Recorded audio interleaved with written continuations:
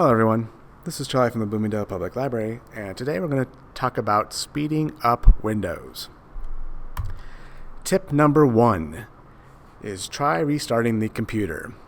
It's a tried and true fix for most computer problems since the inception of the PC, and it's pretty much a joke at this point because restarting the PC is such an easy thing to do with such a high success rate, yet so many people don't think to do it. What restarting the computer does is it resets the state of the computer, and even if things are running smoothly, you should be doing it regularly. What this does is basically as Windows runs, it gums up the RAM and the virtual memory and builds up these really big log and cache files, and everything just starts running slower and slower until eventually you start to experience system instability. So restarting the computer will at least alleviate some of that. Waking up from sleep and hibernation modes do not count. That is because the computer actually saves the state of itself before going to sleep, or hibernating, so if something doesn't work before you go to sleep, it's not going to work afterwards either. To restart a PC, in case you've never done it, what you do is with the mouse, you can go to the Start menu, which is the little Windows icon in the lower left corner. Click on that. Then click on the little power icon. Then click Restart. Obviously, I'm working in Windows 10. All of these tips will work in Windows 11 as well, with the exception of one.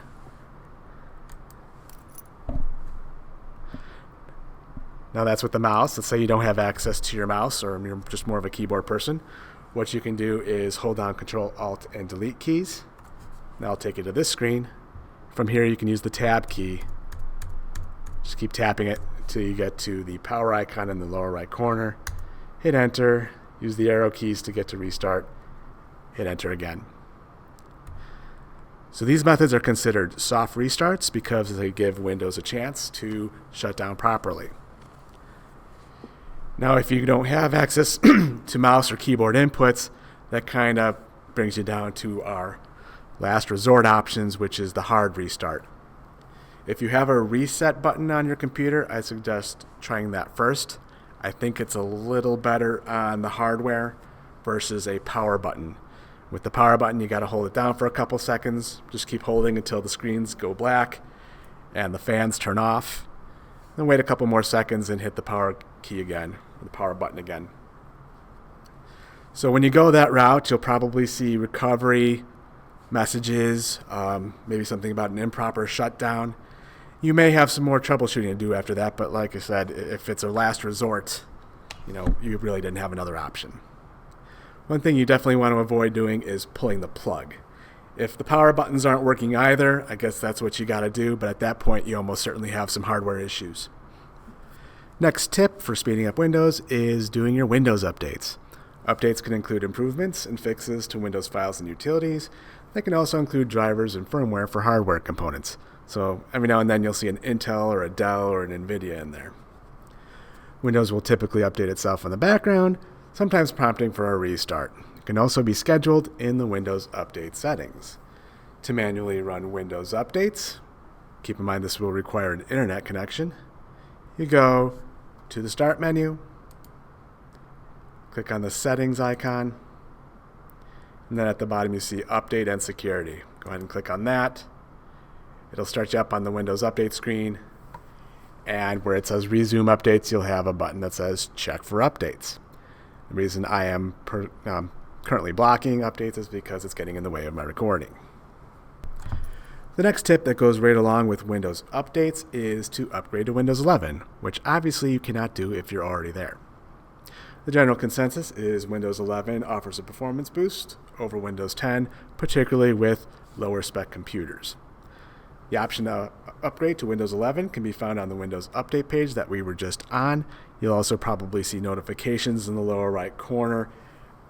I'm actually starting to get full screen warnings that Windows 10 is reaching end of life in October 2025. If your computer qualifies for the upgrade, but you don't have the upgrade button on the Windows Update page, you can go directly to this website here, which is www.microsoft.com/software-download/Windows 11, or if you do a browser search for Windows 11 upgrade, it should be the first result returned.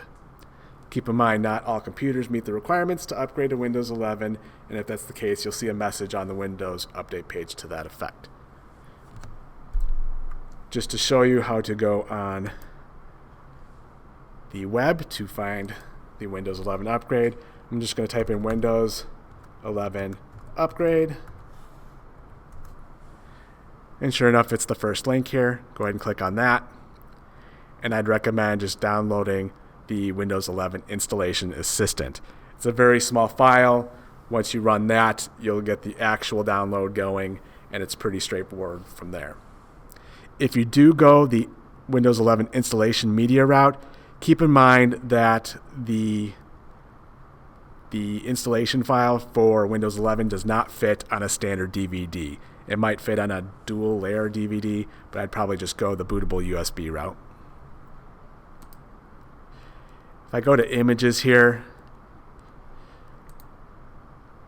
this picture here is what it should look like if you have the button available in Windows Update.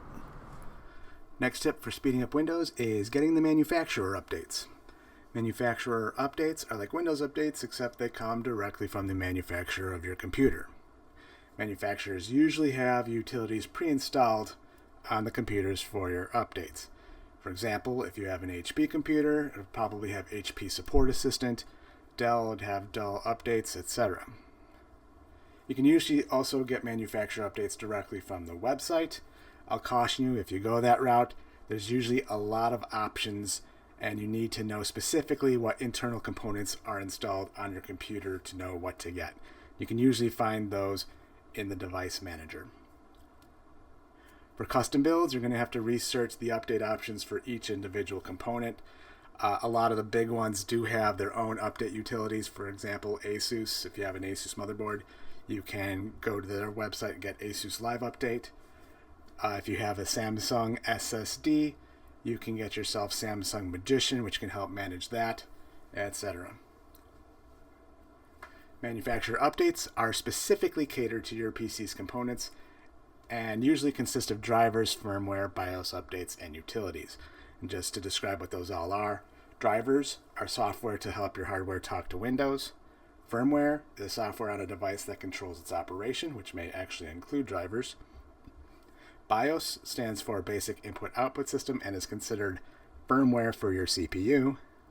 And utilities are software for communicating and configuring devices, and usually you'll see these as optional updates. So I think you can see how any one of these things might be able to help speed up your computer. If something became incompatible or there was some sort of efficiency or performance enhancement, this would be a way of getting those. Just to show you what HP Support Assistant looks like, since I'm working on an HP laptop, its icon is this blue circle with a white question mark. If I open that, it brings up this very, very elaborate screen. You'll see there's all sorts of ways to reach support in the bottom right. What we mostly want to look at here is this spot where it says updates. I'm not connected to the internet right now, so it's not going to show anything. But if I were to click on that, it would give me a nice list of what can be updated, what's important, what's recommended, etc. You'll also notice on this screen we have an option in the right side here where it says optimize your performance. You can go ahead and click on that, and that actually might do something to improve your performance as well, although in my experience it doesn't do a whole lot. Next tip is running a virus scan. A virus is malware that spreads to other files and computers on its own. Malware itself means malicious or bad software. Viruses may do obvious things to your computer, like redirect your browser, create pop-ups, encrypt your files, or might even lock up your browser and start screaming at you to call a phone number on the screen. It's really pretty startling if you've never heard it before. But more likely than not, it's just going to sit in the background of your computer, hogging up resources and slowing down your computer and internet activity, among other things. Most antivirus programs have an active protection, and by that I mean they will scan and block any bad downloads that you get out of your email or off the internet. It'll also do basic scans on your system regularly. But if things feel slow and you feel that something might be wrong, it might be worth it to just run a manual deep scan or full scan. If anything is found, it will make suggestions, and I'd recommend just doing whatever it says, usually quarantining the bad file. Windows comes with its own antivirus protection built in called Microsoft Defender, and it will run automatically in the absence of anything else. Reviews I've read from it are generally pretty positive when it comes to finding and deleting bad software. However, it's a little less good at identifying phishing scams, which is where they actually prompt you to enter information and get your information that way. So just to show you what's on this laptop here, we'll go ahead and have a peek at Windows Security first. I'm going to go ahead and click on the Start menu, Settings, and on this screen we're going to go to Update and Security. It's going to be a little bit different on Windows 11. And here I'm going to click on Windows Security. And if you wanted to run a scan, you'd click on Virus and Threat Protection, and you'd have an ability here to run a scan. Because I've got another antivirus installed, it says Phoronix Antivirus, I don't have that ability to scan right off. If you open Microsoft Defender antivirus options, you can add periodic scanning there. Otherwise, I'm going to go ahead and X out of that, and to show you the antivirus for the Phoronix, which is actually a rebranded Bitdefender. It's this little lighthouse here. If I click on that,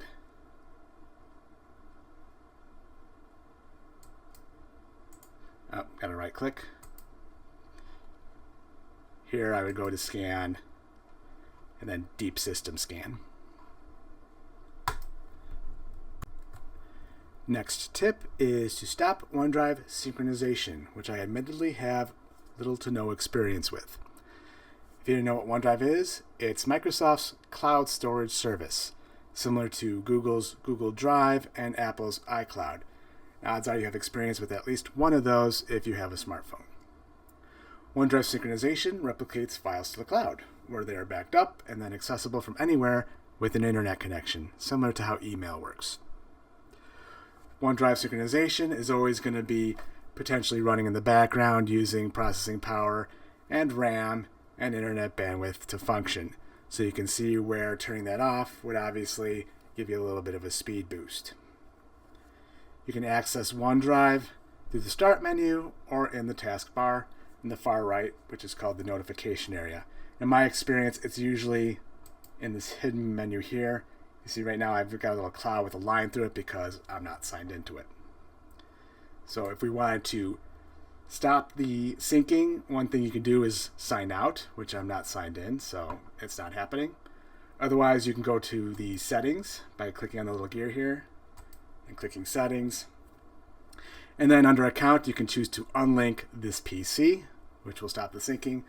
Or I believe it's under sync and backup if you're signed in, where you'll have the ability to pause the syncing. So that will give you a little bit more resources to work with, but at the expense of not being actively backing up your files, which if you know to do it manually as you create your files, then it's probably not such a big deal. Next tip for speeding up Windows is clearing or adding some hard drive space, and this mostly pertains to hard drives that are nearly full, and I'll explain to you why. Windows uses something called virtual memory, and this is memory that's located on the hard drive but acts as an extension of the RAM, so it's kind of an in-between. If you've ever heard of swapping or paging, that's where virtual memory comes in. You can adjust how much virtual memory is used by Windows, but it's best for most users to just let Windows handle it.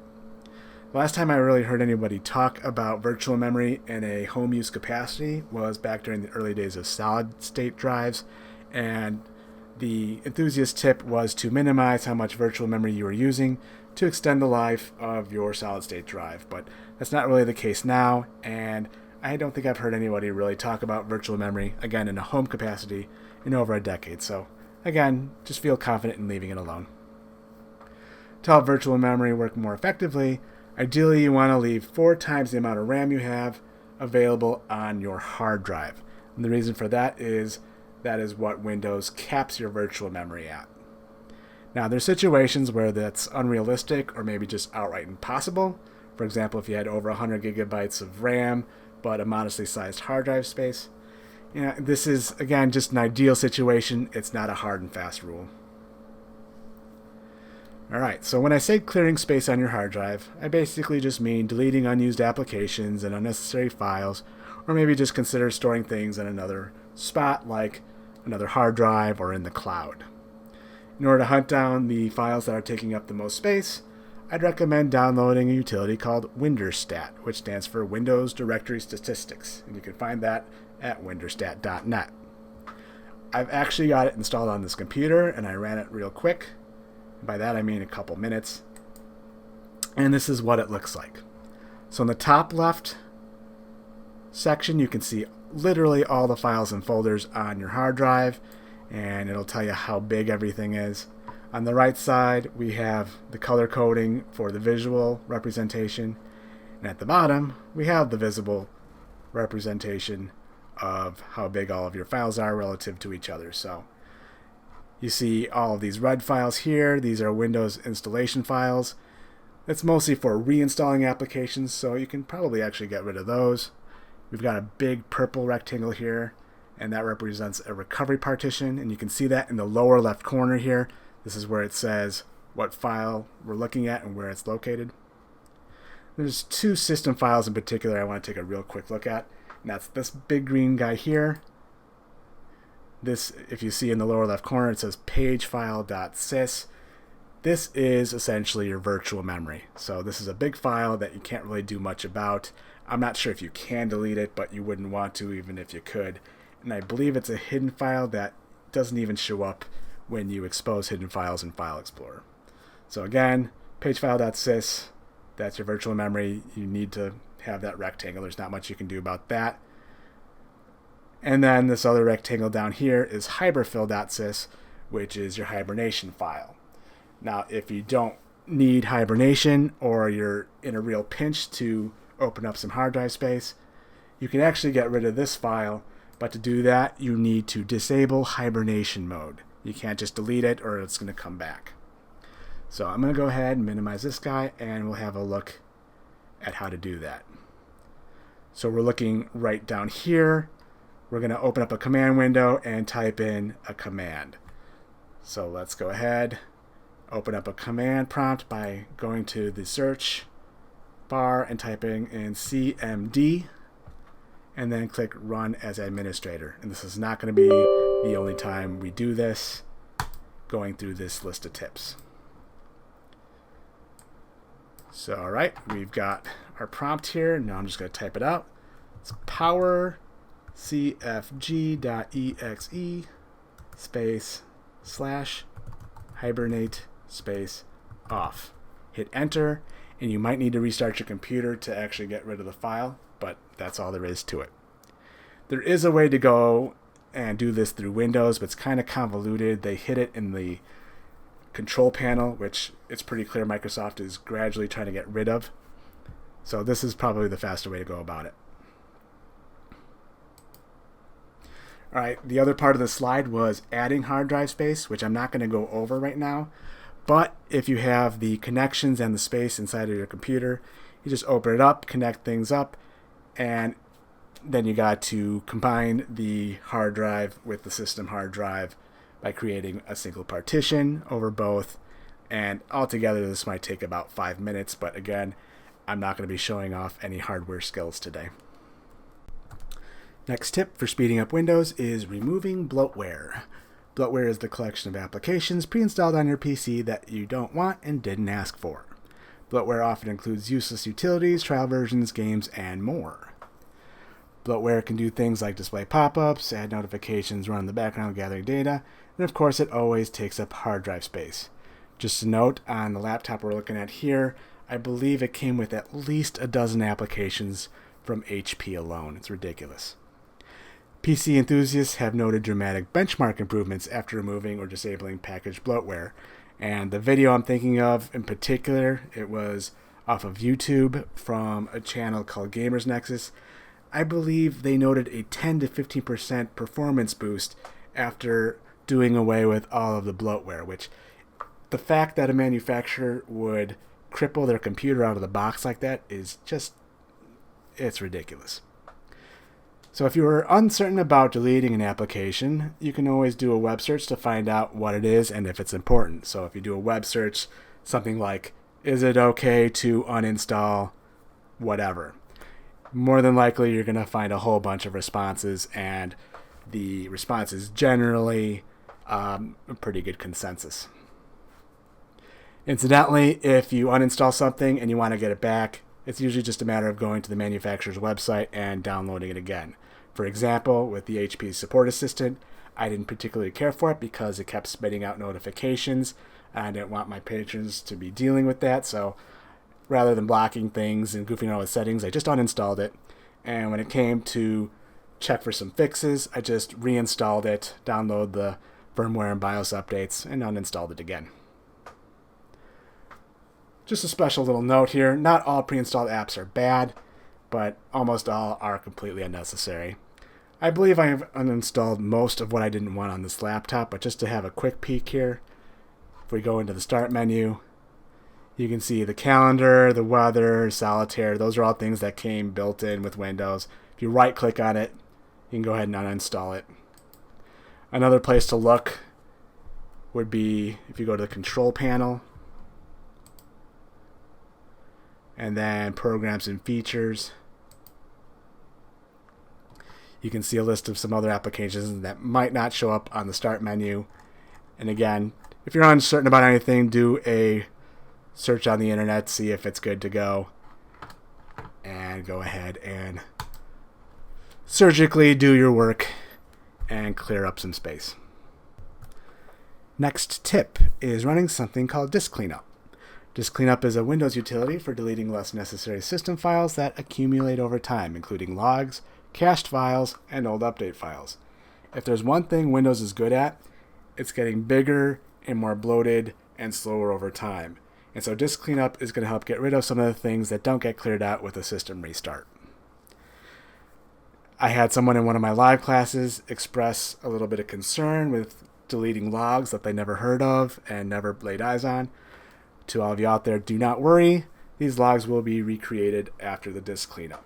The only time you'd ever really want to look at these logs is if something was wrong, and in the logs you can find error code. So if something was wrong before you run disk cleanup, it'll be wrong afterward, and it'll still produce those error codes. So run disk cleanup. Just go ahead to the search bar here, start typing in disk cleanup, and then click Run as Administrator. After you do that, it's going to do some calculations to see how much space it can clear up. We'll give it a sec here. And then on this screen, you can go ahead and basically check all the boxes. You might want to double check your recycling bin, but other than that, you're usually good to just check everything. You see how much space we gain. It's 1.82 gigabytes, which is not nothing. And when you're ready, go ahead and click OK. One other thing you can do is if you go to More Options, you can also clean up your system restores. And I don't think that's a terribly bad idea. You get a little bit of a warning here. And you might have heard of system restores as being a good way to restore your system after a virus infection or a system crash. In my personal experience, system restores usually fail. So it's up to you if you want to go this route or not. I wouldn't hesitate to do it. But once you're all good to go, just click OK. And you've run disk cleanup. Next tip is to repair system files. System files can be damaged or corrupted over time, leading to various issues including a slow computer and system instability. In my personal experience, usually the first time running a system file check will find something and fix it. So to repair system files, honestly, it's only the last command that's usually important, but just as a precautionary measure, what we're going to do is start off with opening up a command prompt and run it as administrator.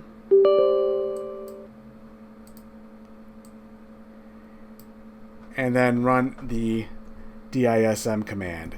So dism.exe /online /clean up -image /. restore health. So what this does is it checks the local copy of the system image, make sure that the system image is good. You need an online connection for this in the case that something is actually corrupted. Then after you run this command, and it'll take a couple minutes, the next command that you would run is sfc /scan now. SFC stands for System File Check. And this will compare the system files with the local image, and if anything doesn't match up, the system file will be replaced with the one from the system image. So after you run that, that will also take a couple of minutes. It'll either tell you everything is fine or that something was corrupted and has been fixed. And sometimes it'll also call for a restart as well. But that is all there is to repairing system files. Next tip is to defragment and optimize your hard drive. If you've been Windows computing since the XP days or earlier, you're probably very familiar with the whole process of defragmenting your hard drive, as you'd have to set aside a whole bunch of hours to let this process play out. Usually you'd let it go overnight. And once it rolls, you get to watch these colorful little rectangles go back and forth. It's kind of hypnotic. And the whole reason we had to do this was because when you're saving data or installing an application to a local hard drive, it's usually stored in pieces that are scattered about the available space on a disk. What disk defragmenting does is it shifts the data around to put related data closer together, resulting in faster data retrieval. This is primarily for mechanical drives. So modern versions of Windows will perform this task automatically on a schedule, but you can run it manually by typing defragment and optimize into the search bar, selecting a drive, and then clicking optimize. Again, this is primarily for mechanical drives. You don't want to do this with solid state drives. Instead, you do something what's called a trim process, which goes a lot more quickly. So defragmenting is something you can do on a solid state drive, but you have a limited amount of writes per space on a solid state drive, and so you're shortening the life of your drive for a relatively insignificant amount of performance boost. So it's just not something you do, and I don't think you can, at least through the defragment and optimize process. So I'll go ahead and show you what that looks like. What we're going to do is go into the search bar here, type in defragment and optimize, comes right up, run as administrator, and we get this little Windows here. And I actually have already run this recently, but what you do is you'd select the drive, then click optimize, and as you can see, it goes pretty quick. If you do have a mechanical drive here and you haven't done this ever, you might find that it's actually not fragmented at all because, again, it's doing it automatically on a schedule in the background. But that's all there is to it. Next tip is adjusting Windows for performance. Windows implements visual effects such as animations and shadow effects by default, and it's just to make Windows look prettier. These visual effects are unnecessary, but they also use processing power and RAM, and this is particularly noticeable on lower spec PCs. So to adjust Windows for performance, all you need to do is click in the search bar, type in performance, and what we want here is adjust the appearance and performance of Windows. Go ahead and click on that. That'll pull up this little window here. In the Visual Effects tab, we want to select the radio button for Adjust for Best Performance. You'll see once we do that, it clears out the boxes for all of the effects. Click Apply, click OK, and then you may want to restart your computer, and that's it. The next tip is another command prompt command, and that is running a check disk. Check disk is a tool for scanning and fixing file system errors. There's some people that think that you can't or shouldn't run this on a solid state drive, and they don't know what they're talking about. To run check disk, what you do is open up an elevated command prompt. So go to the search bar, type in CMD, click Run as Administrator, and then at the prompt, go ahead and type in chkdsk /F. Hit enter, let it run, and depending on how big your hard drive is and what kind of hard drive it is, this can take a couple of hours. So when you run checkdisk with the /F, it's going to look for errors and then try to fix them. If you run checkdisk alone, it's going to look for errors and report them back, but it will not attempt to fix them. If you run checkdisk with a /R, it will attempt to fix the errors and attempt to repair bad sectors for mechanical disks. It's recommended that you do a backup of your files before doing this because it can mess everything up. And I don't think you can do this on a solid state drive. I haven't attempted it, but it's not necessary either, as solid state drives typically have firmware for monitoring this kind of thing. If you run checkdisk with a /spotfix, it works like /F, but it's only for NTFS file systems only. So if you know that's what you're working with, you can go ahead and go that route. Otherwise, that's all there is to it. One last tip for speeding up Windows is adding more RAM to your system. Let me briefly tell you why you want to do that. For a computer to do work, data must be loaded from the hard drive to the RAM, and that's where the CPU can get at it. This process of moving data from the hard drive to the RAM is relatively slow. When RAM fills up, data must be swapped out of RAM to the hard drive to make room for more data. This process is also relatively slow. So you see we have a bottleneck anytime we want to move data back and forth between the RAM and the hard drive.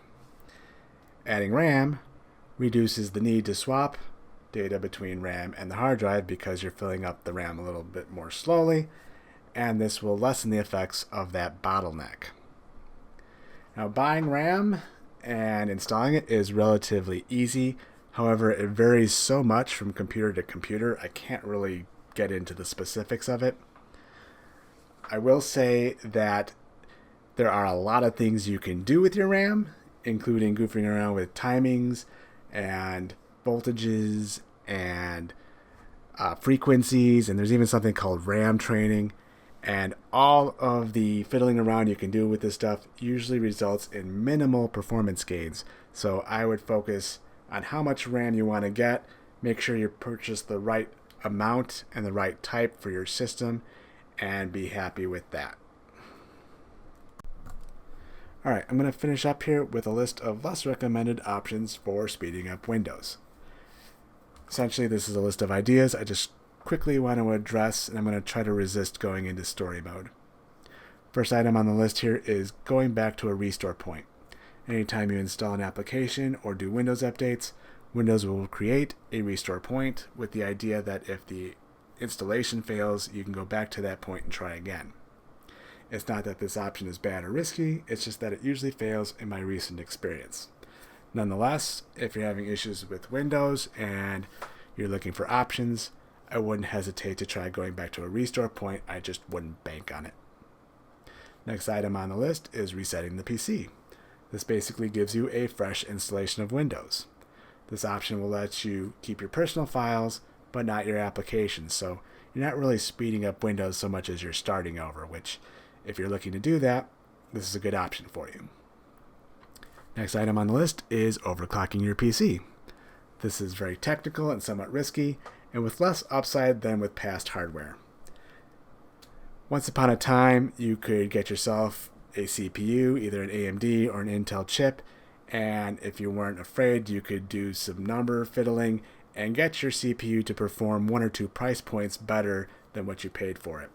Nowadays, there's enough parity in the Intel AMD chip wars that there's not as much headroom built in, and so in my opinion, it's not really worth going through the efforts of trying to do much in terms of overclocking your CPU. Next item on the list is ReadyBoost. This involves using a flash drive to boost performance of low-spec PCs with mechanical drives. Essentially, at least the way I understand it, you're trying to use a flash drive as virtual memory. I've never tried this personally, and the buzz on the internet is not encouraging, mostly referring to it as a gimmick. Next item on the list is a RAM disk, and this is where you partition part of your RAM to use as a system hard drive. Now, you're going to be sacrificing RAM to do this, and the drive that you get out of it is going to get wiped anytime you restart your computer, so I don't see how you can really use this to speed up Windows or install Windows on this very temporary drive, but it might have some interesting short-term application. Final item on the list is cleaning up the registry. This is extremely risky with limited gains, and I have bricked 1 or 2 computers goofing around in the registry. If you were still tempted to do this, I would use an application called CC Cleaner, and be sure to use its option to back up the registry before you do anything. Now, with all that said, I'm sure there's other goofy ideas that you might have in your head that you're kind of curious about, and I'm sure there's also other legitimate ways to go about speeding up Windows that aren't too technical. Nonetheless, I think I'm going to call it. I hope you had fun, I hope you had learned something, and I hope you have a good day.